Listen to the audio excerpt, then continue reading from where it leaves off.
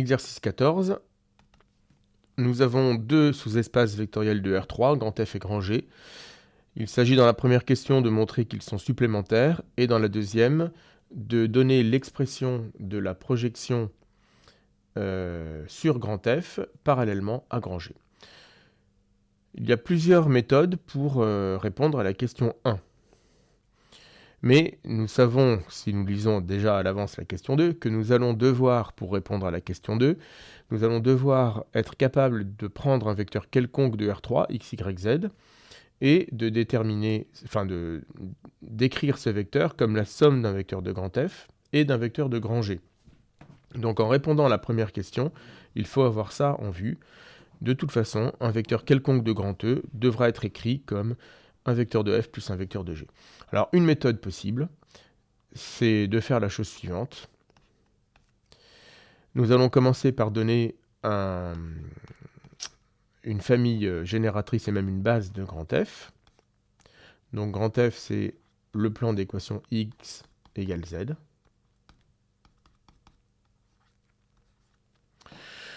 Alors on peut à nouveau repasser par l'équation paramétrique en prenant deux paramètres, par exemple y et z. On va essayer de gagner un petit peu de temps en disant que f est un plan. Ça nous le savons. Il faut et il suffit de donner deux vecteurs de f non collinaires pour en avoir une base.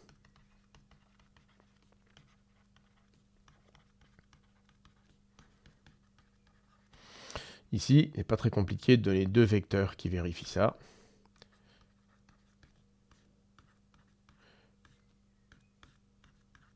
Voilà, on peut prendre 0, 1, 0 et 1, 0, 1. Ces deux vecteurs vérifient bien que x égale z.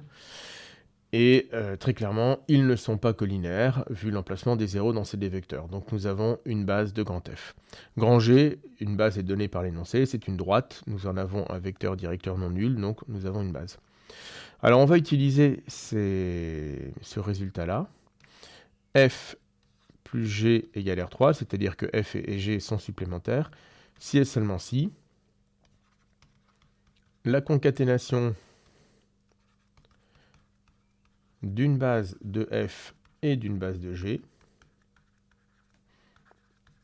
est une base de R3.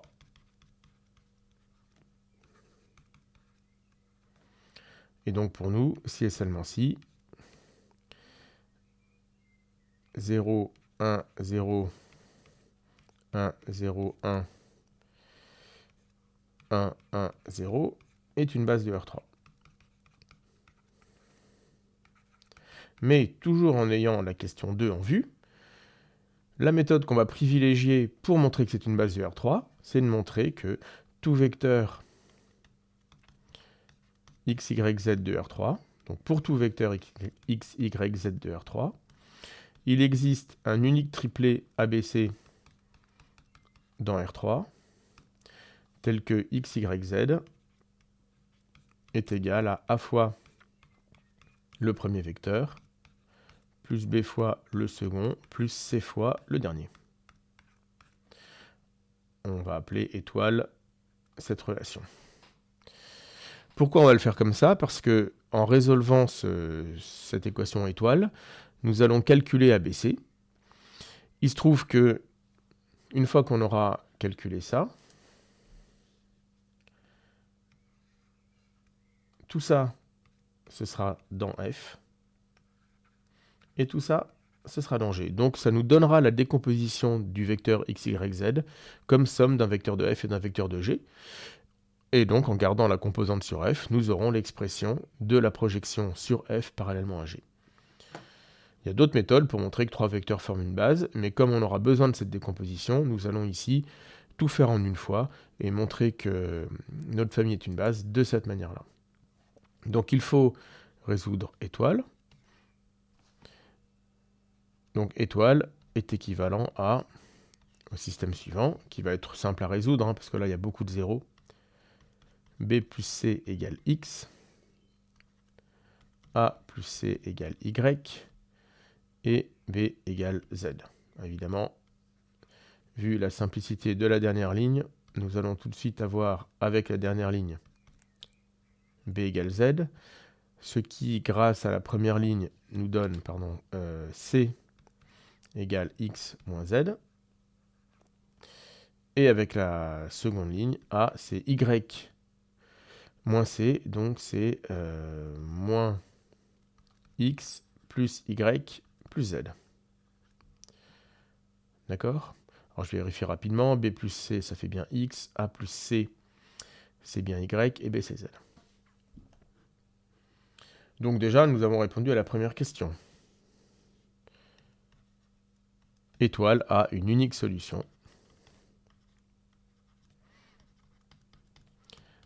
Donc, notre famille, donc 0, 1, 0, 1, 0, 1, 1, 1, 0, est une base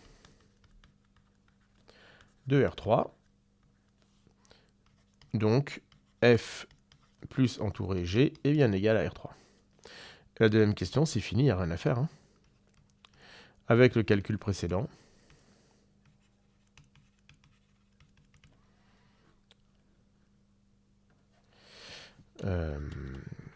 si on note P indice F puissance G, le projecteur sur F parallèlement à G, pour tout x, y, z appartenant à R3, PFG de x, y, z, c'est donc A, c'est moins x plus y plus z,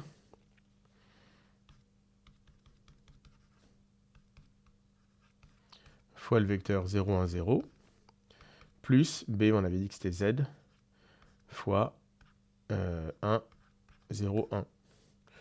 Donc si on veut, on peut tout réexprimer en un seul vecteur. C'est z, moins x plus y plus z, et encore z. Nous avons déterminé l'expression de ce projecteur.